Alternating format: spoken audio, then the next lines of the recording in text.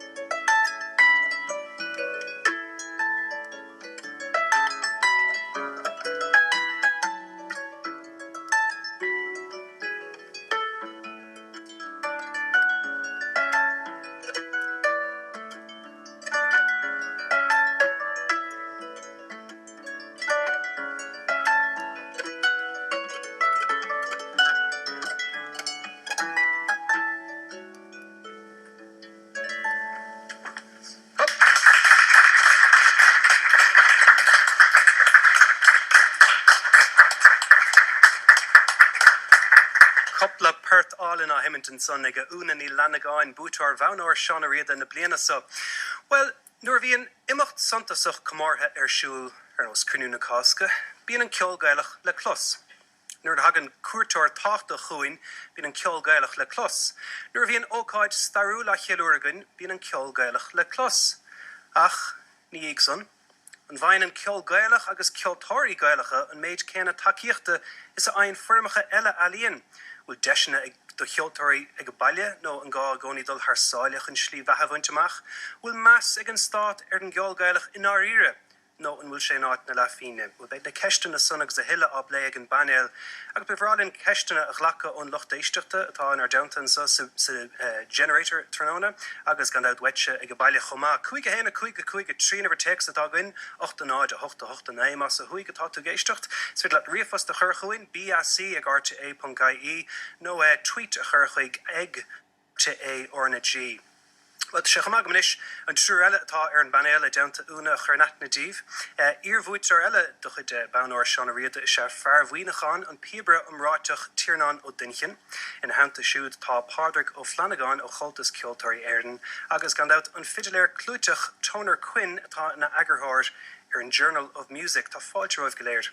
Agus Toner beidir go das nó mit leatsamar, siad an gurbé an Journal of Music ó tú hain mar agarthir air. Siad an gurbé sin an chéad ardán a thug spás don cheol Gaelach agus don cheol clasicach, don cheol coimseirthe, don snag cheol, mar sin tá an tuiscin go deogat sa ar héil ceol na tír seo trí chéile. Cá gurfa an ceol Gaelach ó hebh takeíochta de? Se an mascam sin an ar an Journal of Music agus is mailum a bheith chunáil súla ar mór fictúr an tamar hat mar cheoltóir agus mar agarthóir. Cábhfuil an ceol Gaelach? Well, I mean, I mthúram se tá meas mór ar an ceol Gaelach faoi láthar mar dhearar an méid atá déanta ceoltóirí tradiisiúnta agus na heagraí thar na blianta ach tá níos bóna meas ag teasáhaing ag an pointe seo. Tá mas a ghain faoi seanar ceol damhanda ag an pointe seo na mílta, na céad mílta béidir ag casa an ceol seo. Nuair tá muid a caint ar hacaíocht gan dát tá sé an éasca bheith tarint ar igúir agus ar airgid. Ach, bhfuil éon slattóis atá fellanach dar letse chun léirú cecho follan is atá sé an ceol Gaeilge for láthir. Well, déach muid bheith a caint faoi na figurí go deo aithríonn siad ó blion go blian tá réimse mór muoinú ar fáil. Ach, I mthúram an slattóis is tábhachtaí ná céibhéad post buan a lánaimsethe atá ann chodaoine atá a gobar leis an ceol tradiisiúnta. Injo. Tá misisiach déanamach nach bhfuil níos mó ná a rísnin le figurí logag, but tá misisiach déanamach nach bhfuil níos mó ná hart ar tríocha nó ceiricha. Trocha nó ceiricha post Hart ar sin. Tá méid scuoine faoi agraí cosúla sin an teisce cheol dúcha séar mar hampla. Ok, tá daoine go bar an go lánaimse agus tá postní bún a chuid agus is maith an rud é. Mar cairíonn siad go mór leis an ceol tradiisiúnta. Na píbrialan. Comhaltas Ceoltóirí Éireann. Ní is agam sa bé sa pára céibhéad atá go bar go lánaimse agus bhfuil post na bún a chu ann. Ach, I measc na féalte eile agus tá go leor ann. I measc na agraí beaga eile.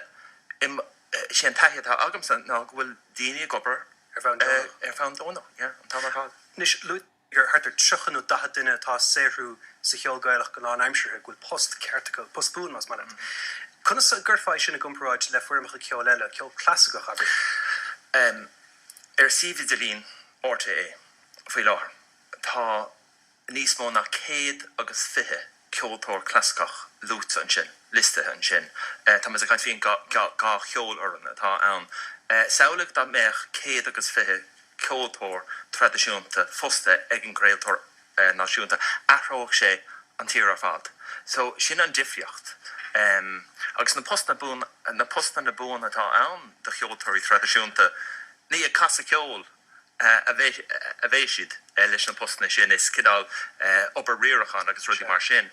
So tá difriocht mór ann idir an ceol tradiisiúnta agus Céad fithe post in éon agriocht a bháin agus tá ceolúirnacha eile nach bhfuil ceolúir barócach agus tá córanna agus a lehéid san Úna has to go Beidir leimteach sin bhí mé hain agus toner ar an canál ar an mion céine tá ceappa agus bhí mé hénig benú ar an tuairis blionúla bhí ortí so to réir a chuibnach tá gácéid san ní postina omláin ag an cuaig agriad ceol lánaimse tá ag orta é so tá an tá gá ceolar acu tá an cór agus an sin tá gá agrach deile acu.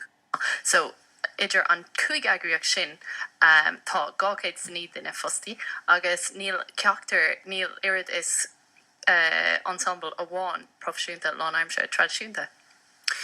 Tiarnán, bhí tusa hall sa rankar fe coppla blian ví tú gobar mar cheoltóir agus tá choras ar lethechas sa rank a thugan antaíocht de cheoltóirí ó gachsort cooler nach beidir gan insefa dún beganin faoin scéim san atá có.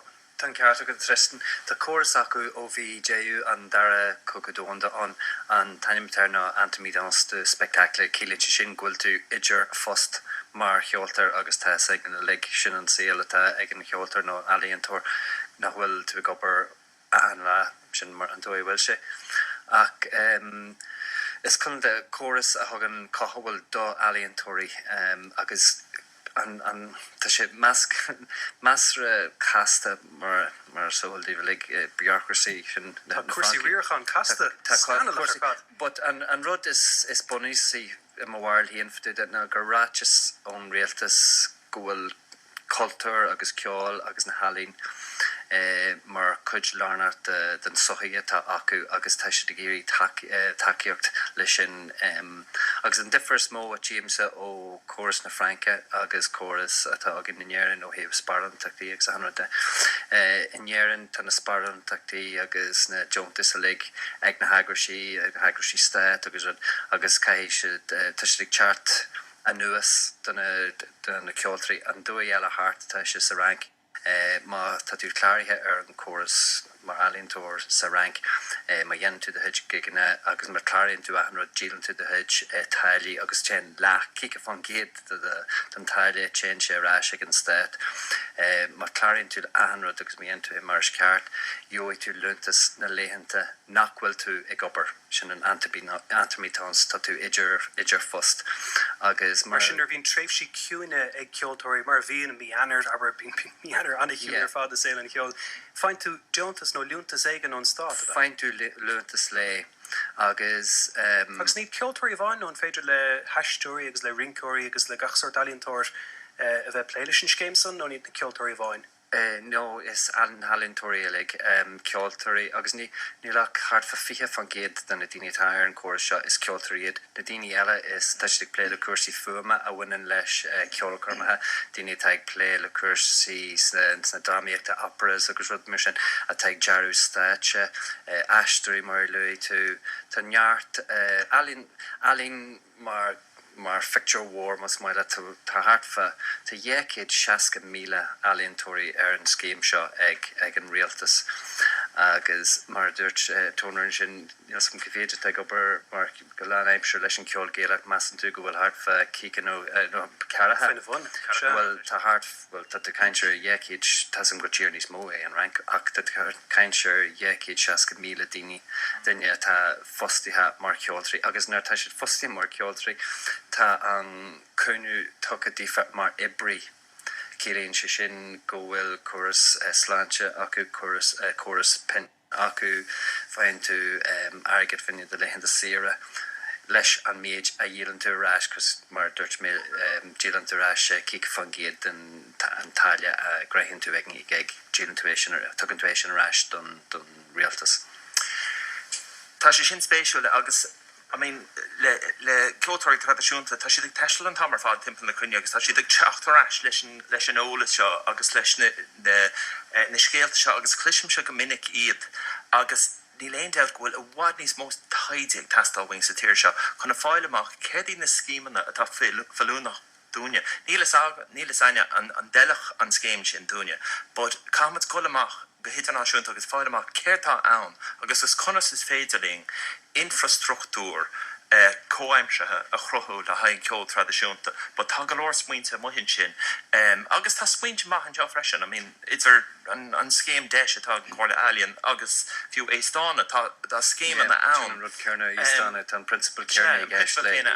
Tá siad fósa forbert, but tá wad níos mó taidse, tá wad níos mó acroní, agus cummit bheith smaoine faoi seo go fadtarmach. Níl sam cétágus smaoine faoi seo go fadtarmach. Bhfuilm Pádraig Ó Flannagáin haingteach sa D-sport. An mó duine tá fostathe ag Comhaltas Ceoltóirí Éireann.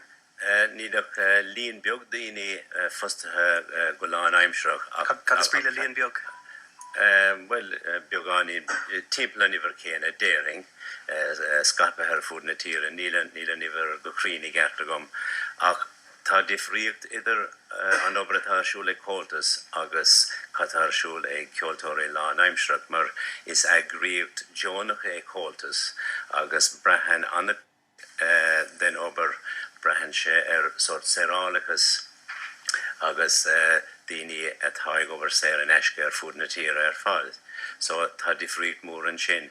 Ach ceapim ó heh an Comhaltas de tá ádves an obair atá dhéanamh déirthing agus an crothúda sin nuair a bhí an cúlú eicnamíocht siúl Cruinniú ó 2008 i le de lean rialtas aig leis an Jontas a bhí áthúirt a Comhaltas gach bliain fiúháin go raibh brú eicnamíocht an rialtas. Cén sort Jontas a ein an Comhaltas gach bliain? Jontas on rialtas timppel ga vilún ever. Agus tagann sé sin díoch ón rialtas ní héin sé tríd an gála a líon. Ten sé díoch ón rialtas se. Díoch ón rialtas go Comhaltas. Agus cilíonn sé sin go bhfuil mes a ggóhan ag an rialtas ar an obair atá siúil ag Comhaltas.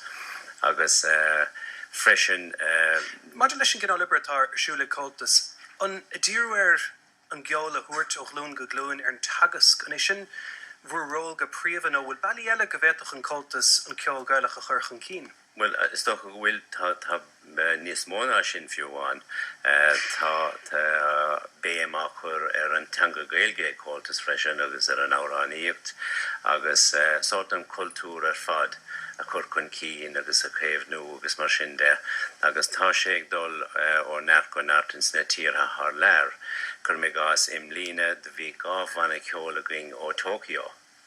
Agus tá craobh Comhaltas í Tokyo agus déirthing ar lí go gáróg sé sin leis na Ceoltóirí lán aimseach atá luigh na leids freisin go cohíonn sé sim ins na tíortha eile. Well, ní lenar sna bhfuil na mílte duine a dálam a good ceol ón gréibh áitiúil de Comhaltas Ceoltóirí Éireann.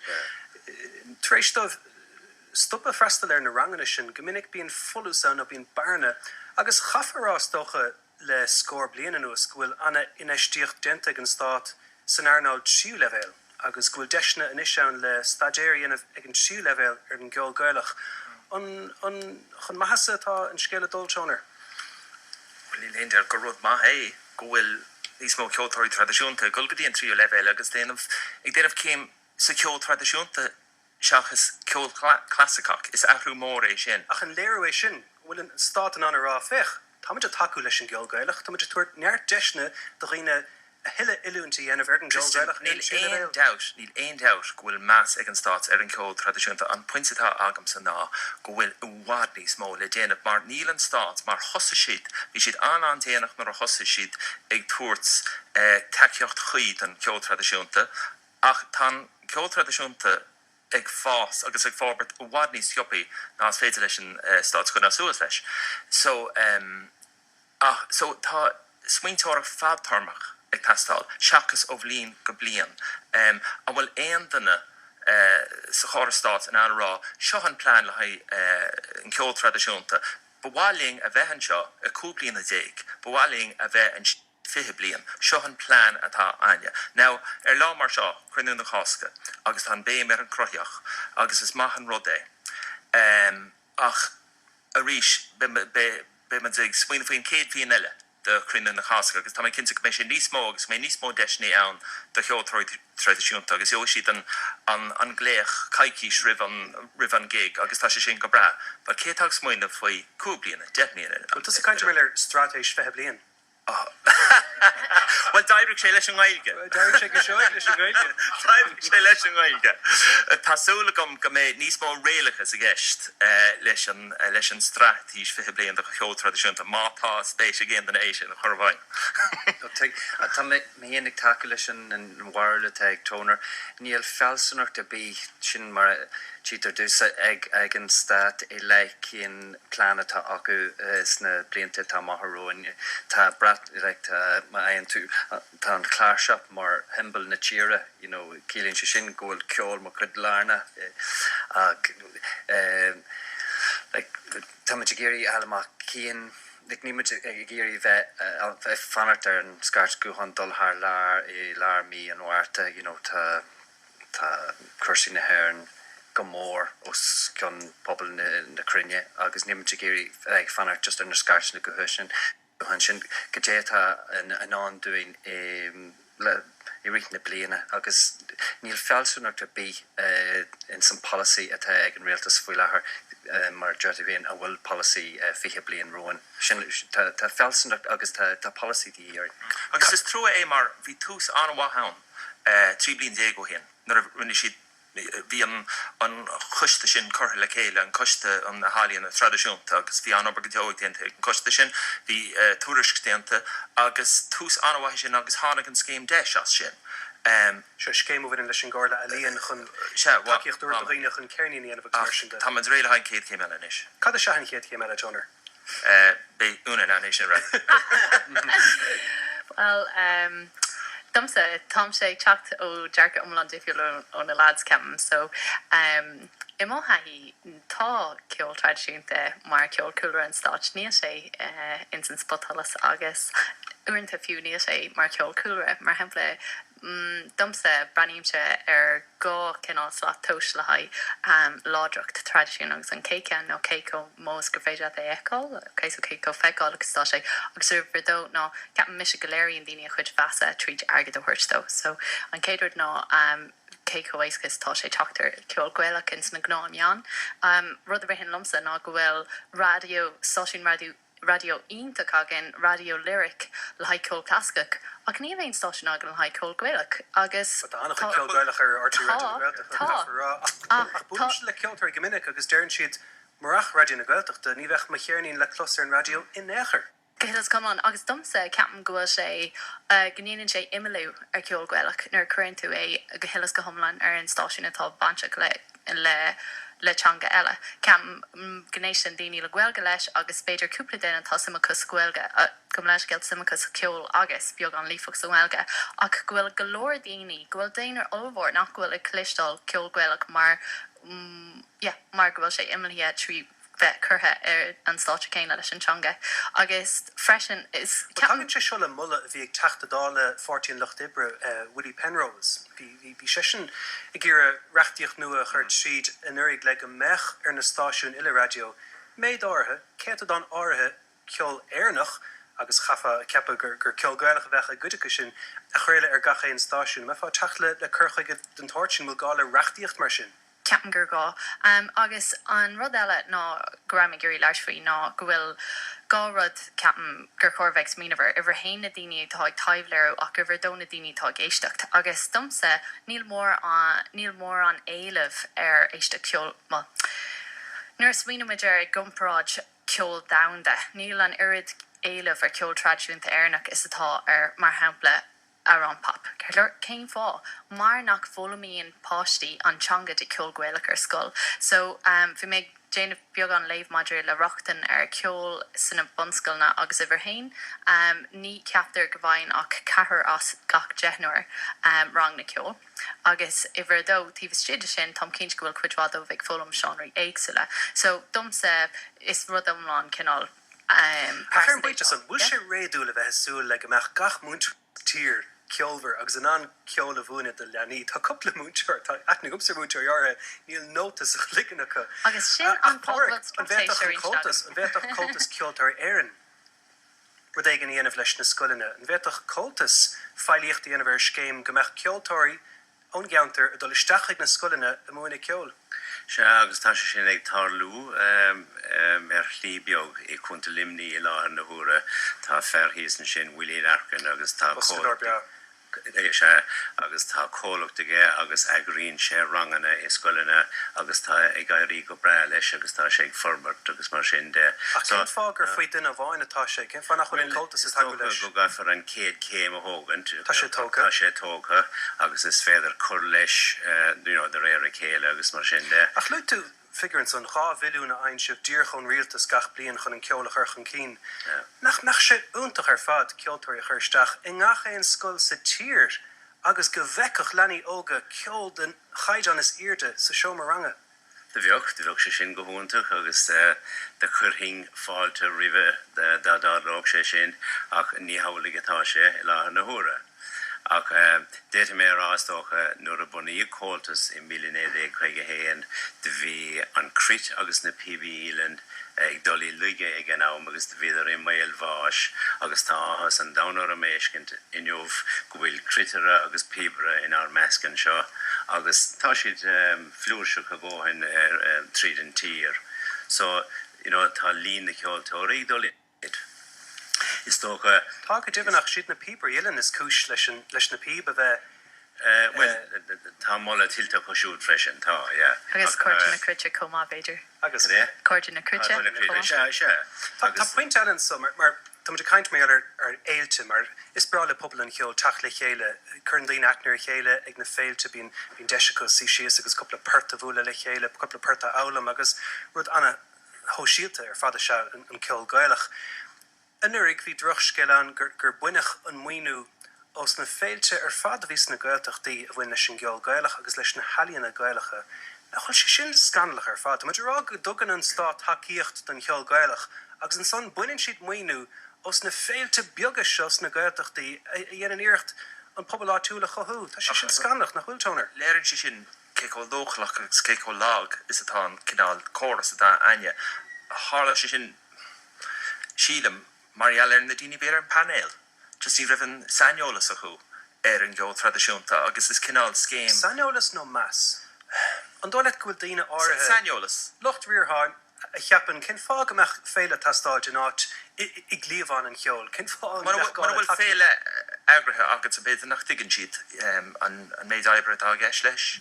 But ar gói bhaanta an rialtas agus na stát teiste ag genú ag tuairt bre céicó maithis atá an féile seo céicó luachhar ó thaobh na halíní atá sé agus ní dóilm gur sin an ród atá ag an stát go bhfuil siad san ag tuairt bre ar céic gdés halínán gdés rud mai ó go fiúntas ceol agus really caiimiid feics muintú mar daoine atá ag agrú féile in áit tá siad agrú bíú sé mai nó olc caihí takeíocht a bheith ar sin agus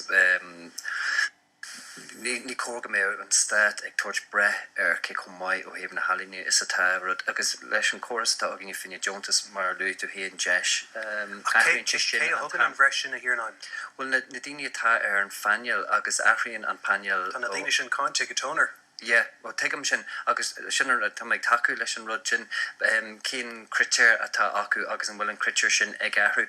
Well mar lechan tú mar hapla deisiéis tá an scéim sin an finniu daoine Géirí taftú dhéanú ar CD agus ar go a bhain tá an CD tá tam sin ar hiúil, so anis tá an stát mar ecinn tú tuistigh tuairt aige de CD a hafad agus níl cén dó aon hagan daoine de éiste cliceol tá sé ar Spotify, tá sé ar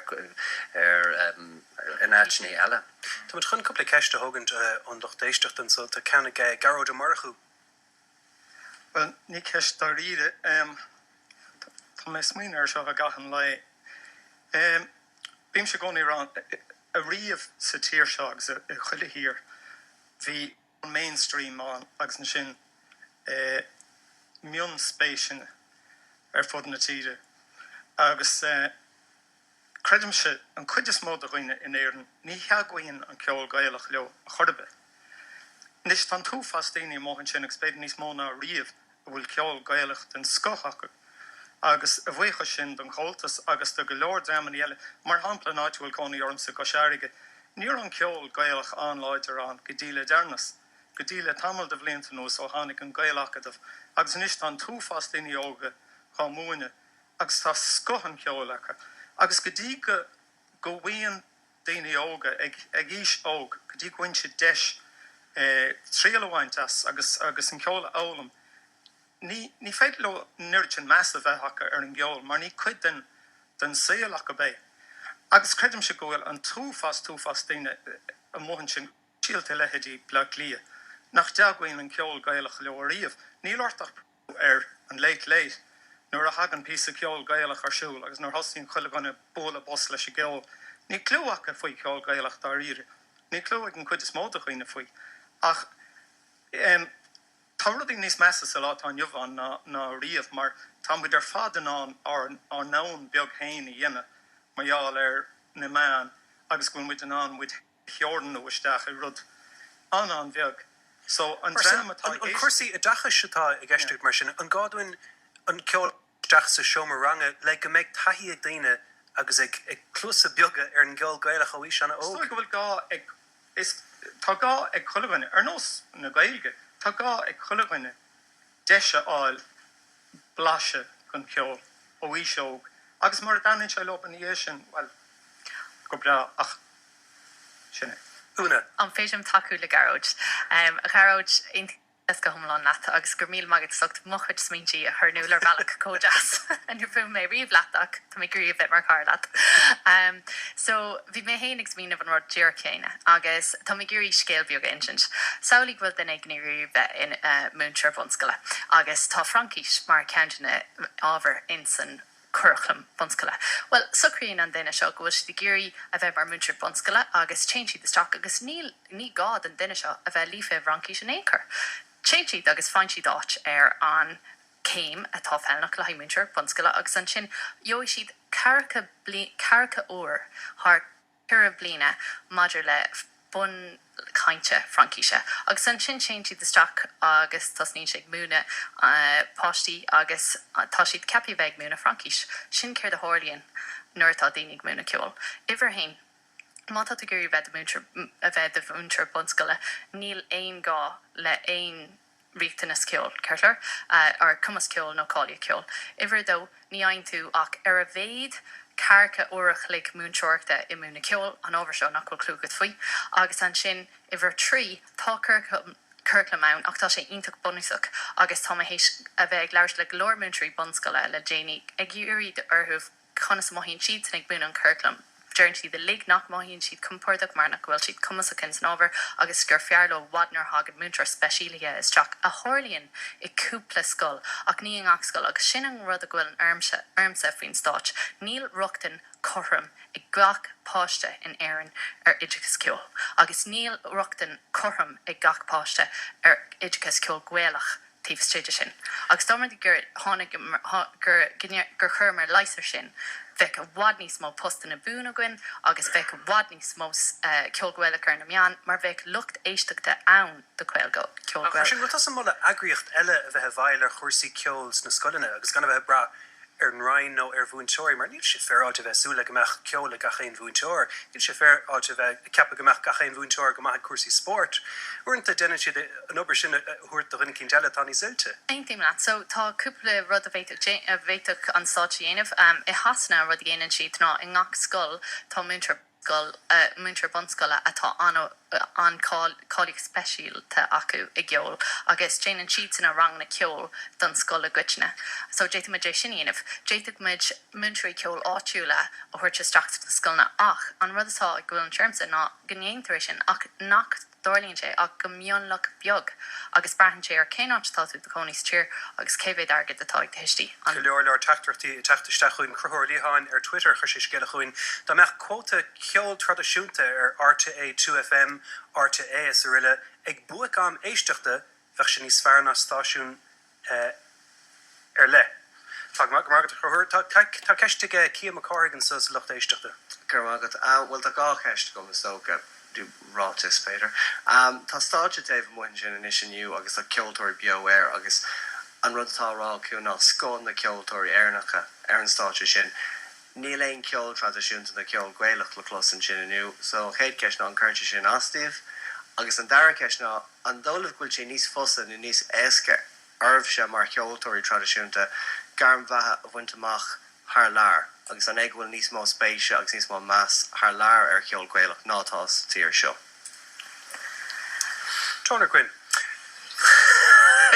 Well, an céad ceis an céad ráit is bhí agus an sin. Tá na ceoltóirí tradiisiúnta mar thuigim sé tá sé síos caiis an bhaile a léagus tá sé bhhad níos de sin ná bheith taobh mu fí láthair. Sin puinte bháin. No, tá cinnte tá sagmas go má go bhfuil ceol tradiisiúnta i measc an chláir inneo, so sin puinte bháin déach níos mó bheith ann cinnte. An dearrad a rinne a dúirt tú an sin maidir a bheith buins garam amach haar lár. A méach sé níos éasca bheith níos mó omíocht a gceist. Ní is an bhain sé éasca garam amháint amach in éon tír in jaar éire. Sé an canál puinte támantí déanamh le chéile an seanna beceart leis an ceol tradiisiúnta ar a laid beceart go méach sé sách éasca an seo garam amháint amach. Ní fiú sách éasca, mi níl sé éasca. Gulráid leis an taithí ag Tiarnán sa rank, tá sé jacar. Déirché, but tá tacheacht ann sa tír seo, tacheacht anmha ann de alientóirí. Beidir gnéanam muid darma déir níos agus ríis, but tá budí má ann, tá chóla alien ann agus tá busé down agus tá scéim deis ann, tá éis dána ann. Ní bhain hairní na dhéanamh fáint a couple €1,000,000 chun na costa seachlanna sa studios le héad son ach ó hebh takeíocht ad termach go mit caint fé. Well, I mean, but an féidir am just go tíir rud a cint eile luath tú an sin úna an spruch sin rocht an a bheith chulasar sa tír. An geol sin má hen tú sér, má bhreinin tú sér ag na spruchna a chur Creative Ireland amach nar a bheith sé bomí. Sin ceann na spruchna rih fihe. Agus ag an am céanna tá Music Generation ag fiú an támar fad. Ní sam cin túramatá agus úna faoi Music Generation, but tá rudaí ag tarlú. Now, an mech you too atá leistír the Music Generation. Oh, tá teirigh den sé chat ón rion idicist. Tá sé tréis chorus Albert níl sé bra fuinte airigh amháin. Tá sé Harbh an bháilíocht, tá sé an bhharfad. So Kevin go raibh puinte anna himúla ag úna ó heh múna an ceol agus go mbeadh múntóir amháin a bheoh in an ceol a bhúna dus na rangan a go léir. Agus ceapim go mo cór tríd a bhaint as chorus mar sin agus Déirthing freisin go bhfuil múntóirí ann agus níl an Gaeilge chomhládar is bacóracha an irid agus go bhéad fí an scéim sé céine úsáid ó hebh na Gaeilge de agus go bhéad fí múna dhéanamh ar an slí chéine sa dhéanaan na mainscoilena go mbeadh múntóir amháin agus ábhar Gaeilge cé agus múntóir eile agus ceol agus mar sin de agus go mbeadh na múntóirí níos láidre agus go bhéadadís sim a cohúns na daltaí agus mar sin de. Tá coppla rud coitin atá takeach an cín an bléis seo rudí tá luite a chéine. Agus cenas nó is má hasan amach darlam sanna an riochtna is le nuairmáú ag an dhéanamh ar an geol Gaelach agus an pointe bhí a garró de marchún san nach chuil clúg daine golóir daine faoin geol Gaelach agus go dtugann siad rud éigen amideach air gomininic agus an búla bus san a luid tú sin. Sin an gáúin nuair hagan daine an so go héirn agus feim si lécho am go ham a cháde agus bín si rá ó tá Carolam take ó nidáil tá mé gur iad a thuirt chun ceol éannach a chlos. Nuair chatta sa ranca hiarnán, an dugann siad ceol francach ar an geol áitiúil. No, an dugann siad ceol air. Tugann siad ceol air. No, agus sin an rud is mó nar lorin tú le daoine agus tuirsaí catí ar hanig siad honna tíire seo an rud is mó go jig siad ní héic siad finne aimsin or rud a bí jig siad finne bheith sí i d tafarne géisteach le cheol. Sin níl so an catí bhfuil an tíha sin acu bidú gur bheith an wargaíocht atá dhéanam ag bord fáilte thláir níla sugam nó an é sin an tíha tá acu nar héic siad honna tíire seo is somí duine tuirsaí a casúirm sa réid ó bhí mé san balla seo agus an bhla eile agus níró session ceol ar bí le tlis chat tafarne ar bí níró ceolcom in san hala áitiúil country and western no bur snackol no rudí mar sin but sin an aibe smó bench rat sin an rud clinam gomininic nachhfuil ceol géile le feáil ach an action had different Martha Dangin no Gallev no Bar and Chapel yes agus is iwa fri leihe sin agus sin rodella Ní léon intas orm nearan siad ceol nach an Jaarléire mar bhíon clisin tú an ceol tradiisiúnta Raidió na Gaeltachta tún chud smód an am seachas éon stáisiún radio eile agus leis an bhíar na rá tá níos bon brú fiú dasal Raidió na Gaeltachta cinsa tá sé casna céirníní tá sé sin cear golóir but tá sé de fáil bhád níos mó airgad ná lyric of him tá Raidió na Gaeltachta agus tá bhád níos mó a gceist ná bheith casna céirníní bháin Détach Raidió na Gaeltachta scéim an imachtaí bhád níos mó chuir céil níos am céim fág nachfuil sé sin na carla fuil ar. Bhíon se ag na scoile na saoirigh bíon bánar seánna bíon go leor ar rudí agsúla ar siúil ar Raidió na Gaeltachta Well, an bánar hána sé sin ó fadar ó riad. Sannig cruthúir deir sé tá fuileach stáisiún fapcheol ag RTA le héadí RTA Pulse, ba cheart stáisiún digatach cheol chradisiúnta bheith ann. Ach céim fá nach méir sé bhád níos fearr dá méir sé lánach. Seachas bheith ar nimmel hí úna caint faoi imimú an sin agus tá cearta í be ceart go méich an ceol tradiisiúnta lánach cosú leis ar an level cenne leis na seánú ceol eile. Ar bhealach tá compráidí le déanamh idir an ceol gaelach agus cuman luchlas gael go pointe agus tá text an sa tháinig ó agus deir sé nach éon rud atá speisialta faoin ceol tradiisiúnta ná gur ceol pobl é. Bhilfí sin danéanfí ró charmú air. Bhfuil pointe an sanna úna? Na géintam leis is brala mar godál agus ceam go garmúla Ardalin scéil. Van mé ó ma bhun álan. So, Team go homlan ceir áraig an bhar sin fergus maithú ceam gur fríinte intacé. Ag an am céine. Ag an am céine. Dumsa, caiimiid marktáil agus caiimiid bí a bhegan agus caiimiid dían a bhegan agus tá sé anna dhechar sin dhéanamh gan argadáil ar gig. Tá nach deisna an de cheoltóirí tréimhse cónathach a chahabh. Ingach cála chundé sa tír aber. Láirech bán churthach sé sin postana. An scéimena mar sin a déadhí a bhulla a thiúrach níos mó deisna de cheoltóirí gaelacha agus a dhéanach níos feicálach an ceol. So, an Kinsa, cofad agus gofuil sé mar chud de stratís níos cuimse hí. Ní léon bhaid is bheith ceoltóirí siúnta timp na tír agus gan a bheith smíanamh go fátar mar cid a tharlóach in a dhé. Siad gofuil sé anspéis na teex na tháinig agus seach go dtí seo. Tá buinte an ceol leis an teanga agus leis an pobl, ba cáimid a bheith smaoinna faoin ceol tradiisiúnta mar ceol a bháin, sin an tús. Tá tú caint go fáid tearmach agus tá tú caintir stratéis. Cé a bhrúthaigh stratéis den Tortsan? Bhfuil agriocht lárnach ann an Comhaltas Ceoltóirí Éireann? Sibh sé a fearr sibh sé mun chorátí leis an rialtas maidir le stratéisí fad tearmacha chun an ceol a churchan cín. Is toch maar een loek bij de zaak, maar tan beam achter de guinne, ik aan seraligus agus osrode gor agric John ook Comhaltas agus kunnen kjolen kohu. Ach, je besmijnen of blien geblien nog gevaar termach. Oh, wel be met ik smijnen of blien geblien, ach is soort scheel die vroele, scheel postene laanheimsrug. Agus een team le une, kaik sheet be current moord, agus carford machine. So soort is kaas elle sin dering.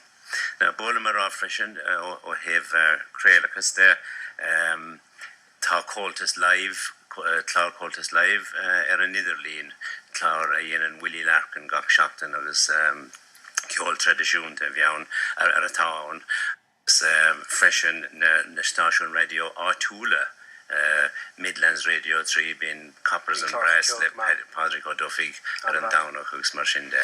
Well, déad míist bheithan so go maidin a pléin na geistena sohalig a tá sé tarntar cúigech lug agus be jaslam písa ceolach los an gáú der bra ceol seo. Fadla sa tá siad túnálas riile bhil an buchas a choirí a gháil le feartí banistóir na háite so oscró círa a chur fáilte chuoin roin tróna.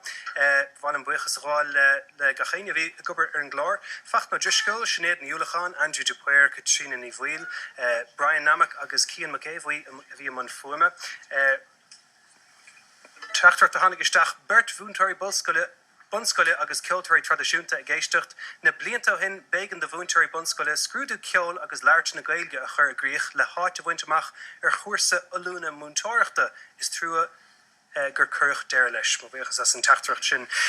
Well, buchas auch rí leis an ggóla ar fada bhí gwen tróna, libse bhí inar guideachta an sos a generator, letsa go bailí bhí géisteacht, má bhuichas leis an banéil ar fad, Pádraig Ó Flannagáin, Úna Ní Fhlannagáin, Tiarnán Ó Duinchinn agus Toner Quinn, seo iad inis le clásar a ceolbhar a chur leis an glár, Oilibh.